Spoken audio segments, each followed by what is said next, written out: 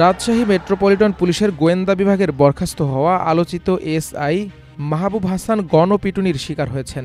শনিবার রাতে নগরীর হজের মোড় এলাকায় স্থানীয় জনতা তাকে মারধর করে পুলিশের হাতে হস্তান্তর করে। চন্দ্রিমা থানার ভারপ্রাপ্ত কর্মকর্তা মেহেদী মাসুদ বিষয়টি নিশ্চিত করেন।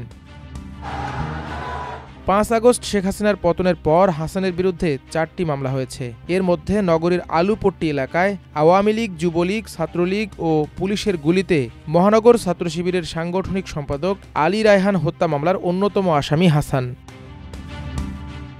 বিএনপি জামায়াত নেতাকর্মীদের টার্গেট করে আটক করে এনে ক্রসফায়ারের ভয় দেখাতেন তিনি। ভুক্তভোগী ও স্থানীয়রা জানান, ডিবির এসআই হাসান স্বঘোষিত সন্ত্রাসী ছিলেন। তিনি রাজশাহী বিশ্ববিদ্যালয়ে ছাত্রলীগ করতেন। এরপর দলীয় প্রভাবে পুলিশে চাকরি বাগিয়ে নেন। ডিবিতে পোস্টিং নিয়ে এখানকার বিএনপি, জামায়াত, ছাত্রদল ও শিবিরের অসংখ্য নেতাকর্মীকে গ্রেপ্তার ও পঙ্গু করেছেন। ছাত্র শিবিরের সাবেক কেন্দ্রীয় সভাপতি মঞ্জুরুল ইসলামকে আটক করে পিস্তল সহ মিথ্যা মামলায় গ্রেপ্তার দেখান তিনি। এছাড়া জামায়াত শিবির সহ ছাত্রদল ও যুবদলের প্রায় ২ শতাধিক নেতাকর্মীর ওপর পৈশাচিক নির্যাতন চালান।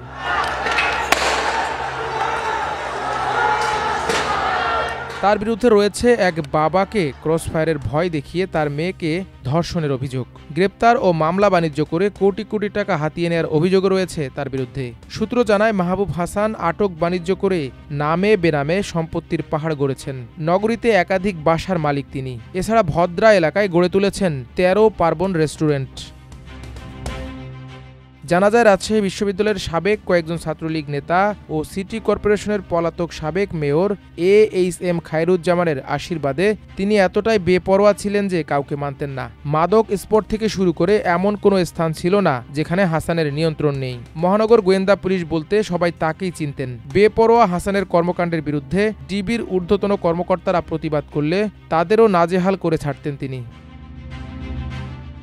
হাসানের বিরুদ্ধে নিরীহ লোকজনকে ডিবিতে তুলে এনে নির্যাতন, চাঁদাবাজি ও ভুয়া মামলা দেওয়ার শত শত অভিযোগ রয়েছে। সে সময় হাসানের নির্যাতনের শিকার ভুক্তভোগীরা বিচারের আশায় শেষ পর্যন্ত পুলিশ সদর দপ্তরের আইজিপি কমপ্লেইন মনিটরিং সেলে অভিযোগ দায়ের করেছিলেন, যার সিরিয়াল নাম্বার ১১৬০।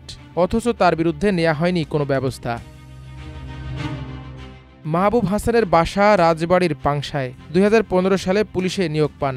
এরপর পোস্টিং নেন রাজশাহী মেট্রোপলিটন পুলিশের গোয়েন্দা বিভাগে। হাতে নৌকার ট্যাটু এঁকে আওয়ামী লীগ নেতাদের সঙ্গে ঘনিষ্ঠ সম্পর্ক গড়ে তোলেন। ২০১৯ সালের তৎকালীন ডিবির ডেপুটি কমিশনার আবদুল্লাহ আল মামুনের নির্দেশনায় লক্ষ্মীপুর ডিবি কার্যালয়ে আয়নাঘর তৈরি করেন। সেখানে আওয়ামী বিরোধী নেতাকর্মীদের আটক করে এনে চালাতেন পাশবিক নির্যাতন।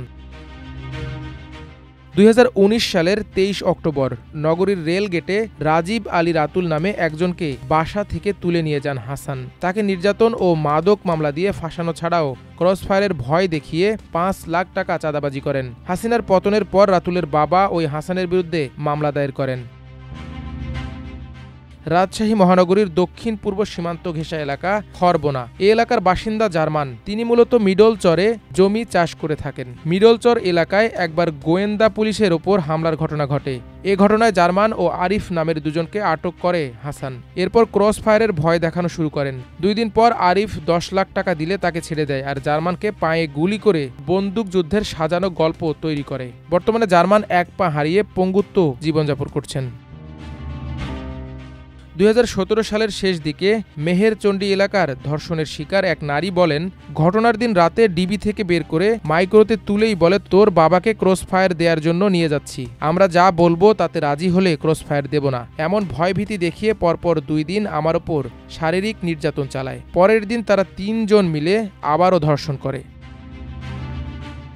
নগরীর চন্দ্রিমা থানার ভারপ্রাপ্ত কর্মকর্তা মেহেদী মাসুদ জানান, আটকের পর হাসানকে চিকিৎসার জন্য হাসপাতালে ভর্তি করা হয়েছে। আমাদের থানায় তার নামে মামলা নেই, তাই তাকে বোয়ালিয়া থানা পুলিশের কাছে হাসপাতালেই হস্তান্তর করা হয়েছে। বোয়ালিয়া থানার ওসি আবুল কালাম আজাদ জানান, তার থানায় হাসানের বিরুদ্ধে ক্রসফায়ারের ভয় দেখিয়ে চাঁদাবাজির একটা মামলা আছে। ওই মামলায় গ্রেপ্তার দেখিয়ে তাকে কারাগারে পাঠানো হয়েছে। পরবর্তী সময়ে অন্য কোনো মামলায় তার সম্পৃক্ততা পাওয়া গেলে সেটিতেও গ্রেপ্তার দেখানো হবে। হাসানের বিরুদ্ধে একাধিক মামলার বিষয়টি নিশ্চিত করেন রাজশাহী মহানগর পুলিশের মুখপাত্র অতিরিক্ত পুলিশ সুপার গাজীউর রহমান। ১৯ সালের একটা ঘটনায় একটা চাঁদাবাজির মামলায় তাকে চালান দেওয়া হচ্ছে। এছাড়াও তার বিরুদ্ধে আরো দুটা বৈষম্য বিরোধী আন্দোলনের ছাত্রদের হামলার অভিযোগে মামলা আছে। পর্যায়ক্রমে এই মামলাগুলোতেও তাকে স্বনির্দিষ্ট দেখানো হবে। 2021 সালের 11ই মার্চে সে আরএমপি থেকে বদলি সূত্রে এপিবিএন এর উদ্দেশ্যে চলে যায়। খোঁজ নিয়ে জানা যায় পরবর্তীতে সে এপিবিএন এ যোগদান করে না। ফলে এপিবিএন হেডকোয়ার্টার তার বিরুদ্ধে বিভাগীয় মামলা রুজু করে এবং সেই মামলায় শাস্তি স্বরূপ তাকে চাকরি হতে অপসারণ করে। এরপর থেকে পলাতক ছিল। মাল্টিমিডিয়া ডেস্ক, আমার দেশ।